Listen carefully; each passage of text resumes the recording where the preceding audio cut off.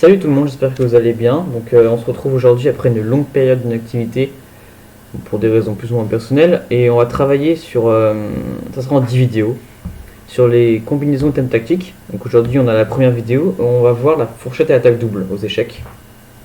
Donc comme son nom l'indique, une attaque double est un coup qui permet l'attaque simultanée de deux pièces de l'adversaire en même temps.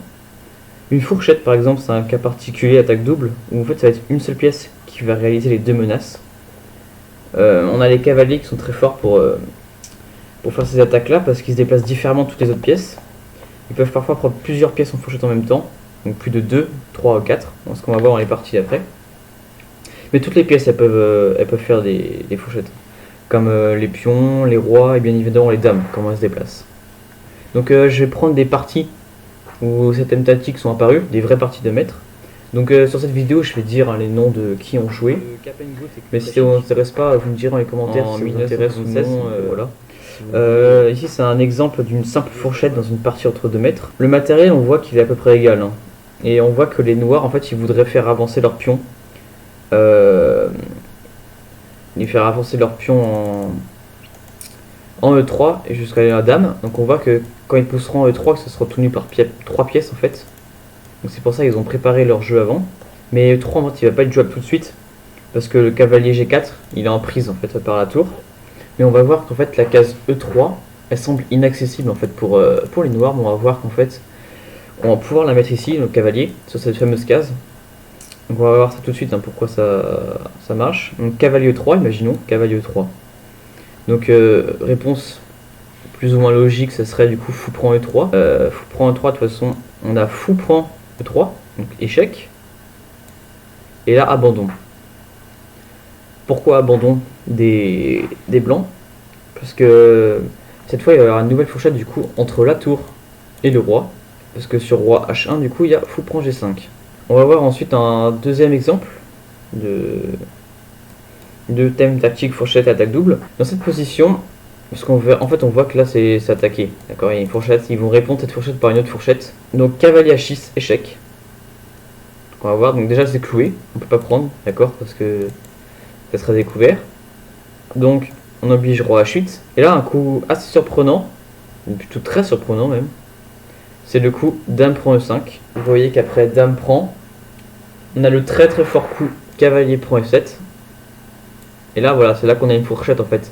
Cette fourchette elle est fatale, cette fourchette. Parce qu'en fait on a répondu à une fourchette avec le fou ici. On a répondu à ça, qui défendait en même temps G7 de l'attaque. On a répondu à ça par une fourchette. Et donc là on voit que c'est soit on a roi ici et on reprend avec un cavalier de plus. Ou soit si on la joue, bah, on prend tour comme ça. Et là on voit bien que ça fait mat parce qu'on peut rien défendre. Hein, on va se faire mater. Donc là c'est abandon. On va voir ensuite, c'est pour la partie d'après, qui est juste là. C'est la position en fait, idéale qu'on voudrait. C'est-à-dire avec une attaque ici, direct sur la tour. Une attaque ici, pour aller ensuite faire mat quand il bougera. Un plein de thèmes comme ça, mais c'est ça qu'on veut. Et donc on va voir comment on va arriver à cette position là. Donc c'est une partie de Kasparov contre Leiterik. Donc là le coup très fort des blancs, de Kasparov surtout, c'est cavalier C8. Qu'est-ce que cavalier C8? En fait les blancs ils vont préparer la fourchette. Parce que si maintenant ils préparent la fourchette d'après, parce que là s'il prend, tour prend C8, ce qui paraît très logique, là on va obtenir le thème de tout à l'heure avec dame F5. Donc on va voir qu'en fait c'est pas possible de prendre ce cavalier. Donc les noirs vont se contenter de jouer en fait cavalier C6. Parce que s'il apprend là, ils peuvent reprendre et normalement ils sont tranquilles, vous voyez, parce que ça marche plus, il n'y a plus de fou. Donc au final ils vont encore attaquer une pièce et je pense qu'en vrai ils sont pas si mal que ça. Cavalier prend A7 du coup. Donc il y a la qualité. Cavalier prend A7. Et fou D5. Alors fou D5, c'est sur... bon, on menace de toute façon ici. Même si le roi il décale, on peut absolument rien faire là-dessus hein, comme défense. Le seul coup qui pourrait passer, ça serait en fait fou F6. Et même sur fou F6, de toute façon il suffirait de faire fou B7. Et là ça commence vraiment à être compliqué. Parce que même si vous prenez la tour là, moi je vous prends ça, vous reprenez du fou, et bim, ça va finir en maths. Donc ouais, donc là abandon des noirs en fait. Voilà, on va la faire ça, voilà. Et là ça va mal finir en fait, parce que ça va finir comme ça. Bon, bah, on passe direct à l'opposition, hein. J'espère que vous arrivez à retenir à peu près. Si je vais vite, vous me dites dans les commentaires hein, vraiment ce que vous pensez de la vidéo, parce que voilà, je suis pas vraiment habitué, j'ai pas le matériel, j'ai pas. J'essaie de transmettre mon savoir en fait, mais pour moi ça paraît évident, et voilà. Vous me dites vraiment hein, ce que s'il faut que j'aille plus lentement, faut que j'explique plus, que je détaille la position, enfin voilà, bref. Je veux vraiment un retour de commentaires, hein, ça me ferait plaisir.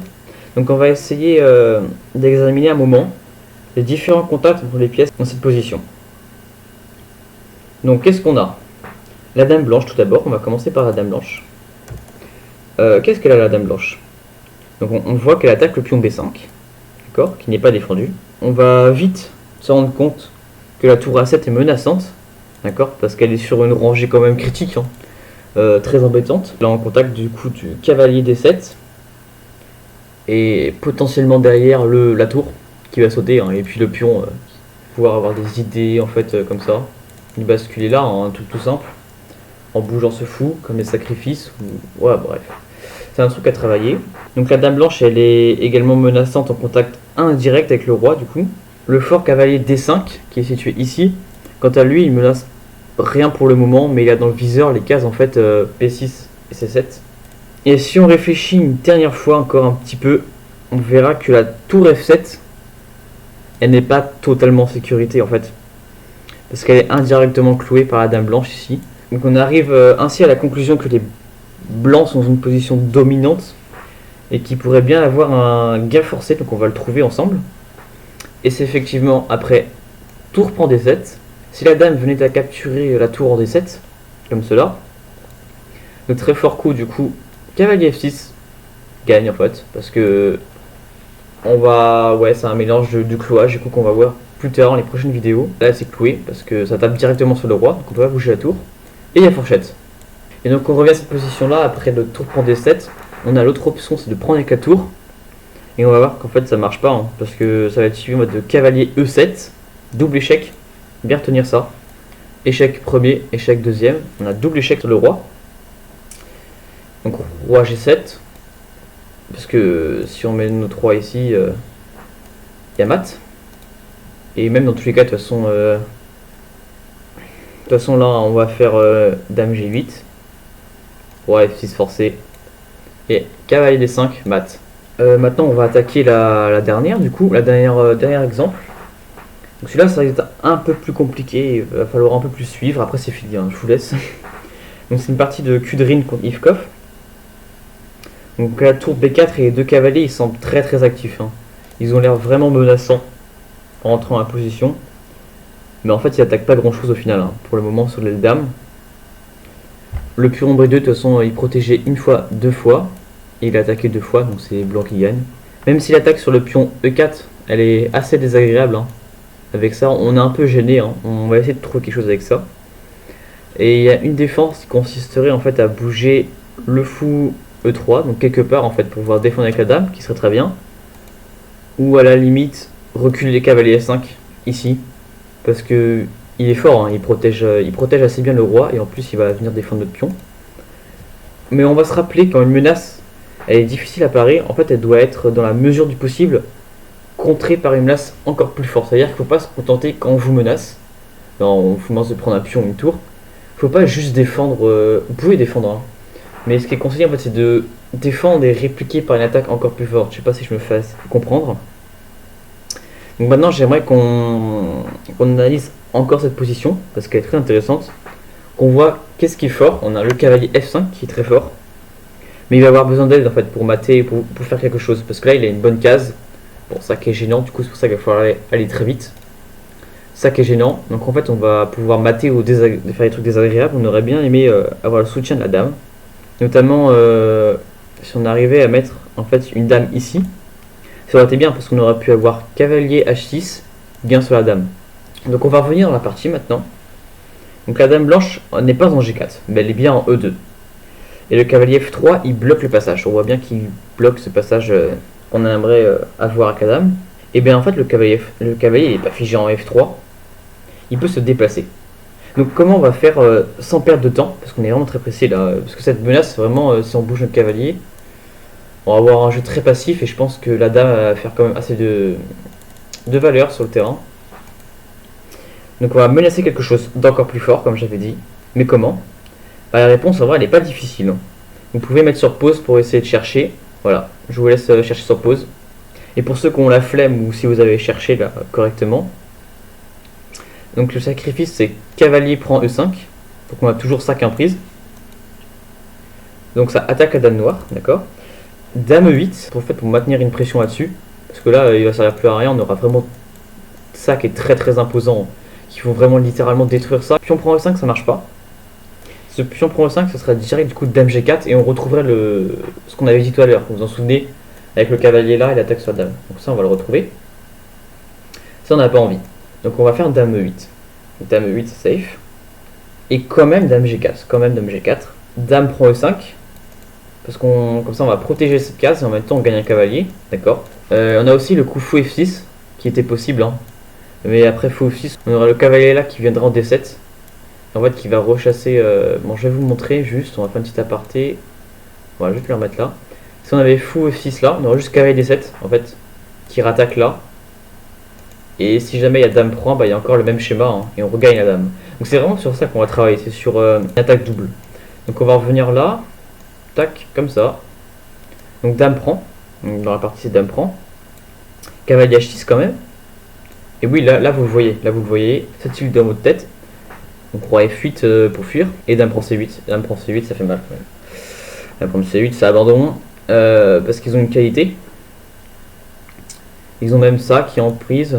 Enfin, il y a vraiment beaucoup de trucs qui peuvent être dangereux. Hein. Et en plus, ils gardent l'initiative, vous voyez, parce que les noirs, du coup, ils vont défendre ça, par exemple, comme ça. Et ils ont encore l'initiative, c'est-à-dire qu'ils pourraient encore titiller. Si on peut continuer, là, on pourrait avoir une suite. Ça serait G prend H6, beaucoup. Dame prend D8. Et dame prend D8, du coup, on aurait roi G7. Puis dame D7. Hein. Et vous dites, oui, mais je peux reprendre mon pion avec ça. Non, ça marche pas parce que l'échec à la découverte, on verra ça dans les chapitres suivants. Je peux même vous dire en quelle vidéo ça sera. L'échec à la découverte, je l'ai prévu dans la 3ème vidéo, donc vous pourrez aller voir.